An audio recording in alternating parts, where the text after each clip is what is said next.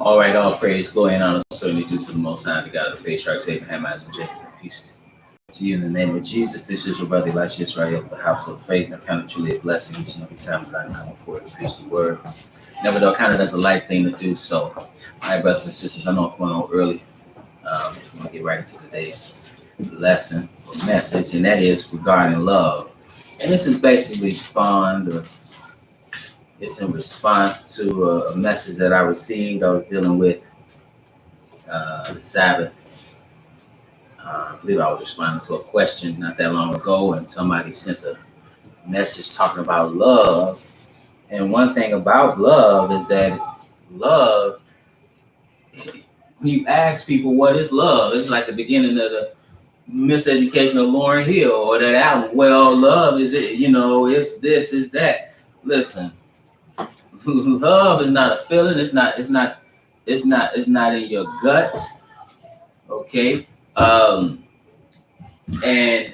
when you talk about love and being obedient unto the laws, the statutes, the commandments of God, peace to you, Brother Willie, it is very clear that when you love, you are obedient. And love is based of how you love is based upon the person or who you are loving. For example, you love a child by providing for that child, giving the child all that it would need. Peace to you, Brother Tavion, Brother Leo. Good to see you, brother. It's you give them that so that they can thrive, so that they could be productive human beings, ultimately, so that they would know God. That's love, okay? But their love to you is not providing. They don't have anything to provide. Their love, regard to you, is to be obedient, okay? If you have a friend, like the brothers on that's here right now, if I show love toward them, what am I doing? I'm treating them as I would want to be treated, right? I'm not lying on them or stealing from them or killing them. I see them in a state where they need, and I have something I would give it, okay? And vice versa, or like, but if you're loving God, you don't have anything to give him. You are like the child and the parent. Your love is expressed through obedience. And oftentimes people read when they say love is fulfillment of the law, and they say, "Oh, we're under the law of love. We just love." Well, what does that mean? What does that mean when you say you love? And is that a new concept? It's not a new concept. And again, your love, if you're loving God, you're gonna keep the laws pertaining to him. And if you love your fellow man, you're gonna keep the laws pertaining to your fellow man. It's just that simple. But now let's go to Romans 13 and see where they read this at. This is Romans the 13th chapter. We'll pick it up in verse 8. Romans 13 and verse 8. And it says, "Oh, no man anything but to love one another, for he that loveth another hath fulfilled the law." Okay. Verse 10, "Love worketh no ill to his neighbor, therefore love is the fulfilling of the law." Okay, well, yeah, but if you just read verse 10, you would think that's it. And that's all, that's in get. Oh, I just have to love. And love is just a word that's thrown around. You got men that hit their woman in the eye to an hour later say, "Baby, you know I love you." you got women that sleep with their husband's best friend and tell their husband, "I love you." Then you got this foolish talk, "I love you, but I always love you, but I'm not in love with you." People don't know what in the world they're talking about. So what is he saying here? Love worketh no ill to his neighbor, therefore love is fulfilling of the law. Well, let's go read and get some understanding. Because one thing about it, we want to read the scriptures, some of the text pertaining to love itself. This is Luke the 10th chapter. Luke 10, and we want to pick it up in verse 25. Luke 10 and verse 25. Because here you have this lawyer, and when it says lawyer, that's somebody who is versed in the law of God.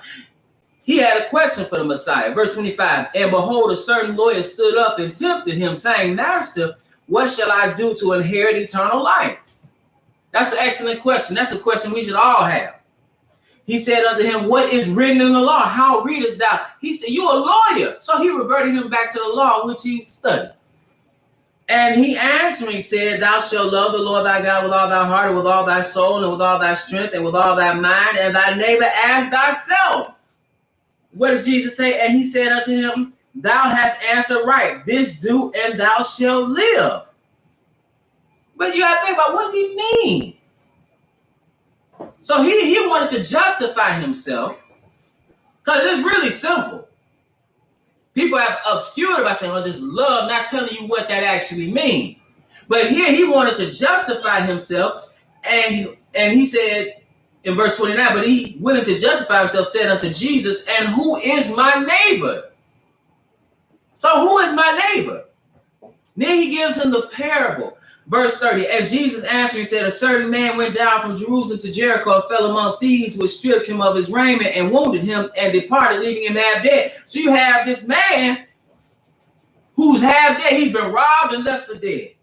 Verse 31, and by chance there came down a certain priest that way, and when he saw him, he passed by on the other side. Now the priest, the one that's supposed to know the law, he saw him and he left him there. He passed on the other side. And likewise a Levite of the priestly tribe, when he was at the place, came and looked on him and passed by on the other side. So you got the priest on one side, he passing. You got the Levite, he passed him on the other side. But then it says a Samaritan. Now the Samaritans are another people. These are the people that were placed in the land, like the woman at the well, who she was a descendant of, more than likely. They were placed in that land by the Assyrians. They repopulated the area after the Assyrians besieged it and took that area. Okay, and that's why it talks about in the Bible, in the New Testament, where they had no dealings with Israel, had no dealing with the Samaritans. Okay, so call somebody a Samaritan, that was an epithet. But a certain Samaritan, as he journeyed, came where he was, and when he saw him, he had compassion on him. Now, see, the Samaritan saw the man that's left for dead. Now, you got those who's supposed to know the law. See, the law, brothers and sisters, is supposed to produce something inside of you, a way of thinking, ultimately, as you continue to adhere unto it. But this man had compassion. In verse 34, it says, and went to him and bound up his wounds, pouring in oil and wine, and set him on his own beast, and brought him to an inn and took care of him. Now he put the man on his own animal. He tended to his wounds. He took care of the man and took him to an inn. And on the morrow or the next day, when he departed, he took out 2 pence and gave them to the host, and said unto him, take care of him, and whatsoever thou spendest more, when I come again, I will repay thee. He not only did all those things for him, he said, listen, I'm going to keep him here. When I come back, if it's more that I need to pay, I'm going to leave this here. I'll pay the rest when I come back. Verse 36, which now these 3 thinkest thou was neighbor unto him that fell among the thieves? Which one was the neighbor? Verse 37, and he said, he that showed mercy on him. Then said Jesus unto him, go and do likewise. He said, go and do the same thing. So that's love, is how you're treating your neighbor. Let's go to the book of Matthew. It's very specific. But Matthew, the 22nd chapter. But one thing you don't do is do away with the law when you're talking about when you talk about love. Okay? Let's go to Matthew, the 22nd chapter, verse 34. And it's asked here, but one thing about it is, I just want to point out something else that's said. Matthew, the 22nd chapter, verse 34, it says, but when the Pharisees had heard that he had put the Sadducees to silence, they were gathered together. They were constantly trying to test him or tempt him. He was on trial. But nevertheless, verse 35, then one of them, which was a lawyer, asked him a question, tempting him, and saying, Master, which is the great commandment in the law? Jesus said unto him, thou shalt love the Lord thy God with all thy heart, with all thy soul, and with all thy mind.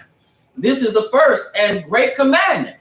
And the second is like unto it, thou shalt love thy neighbor as thyself. But then he says something in verse 40. He says, on these 2 commandments hang all the law and the prophets. How can the law and the prophets hang on this? Because again, if you love God, you're going to Adhere to the commandments pertaining to God. You're not going to engage in false worship. You're not going to have any other gods. You're not going to make engraven image. You're going to keep his Sabbaths, his feasts. Why? Because you love him. It's real simple. And if you love your neighbor as yourself, you wouldn't kill yourself if you're in your right mind. You wouldn't harm yourself. You wouldn't want somebody to commit adultery, right? You wouldn't want somebody to steal from you. You wouldn't want somebody to lie on you. So you treat somebody as you would like to be treated, or you would desire to be treated, and that's how you're fulfilling the law. But it's not just you say, "Oh, we're under the law of love, and we don't have to keep the law." That's not what the Bible is telling you at all. It's just not saying that. Let's go to the book of Galatians. Galatians 5. And let's look at the one specifically on how to treat our neighbor again. Just continue with that. It says, for all the law is in verse 14, for all the law is fulfilled in one word, even in this, thou shalt love thy neighbor as thyself. So some say, we under the law of love. See, that's what Paul was talking about. But what does that mean? What do you have to do? And is it new? No, it's not. Let's go back.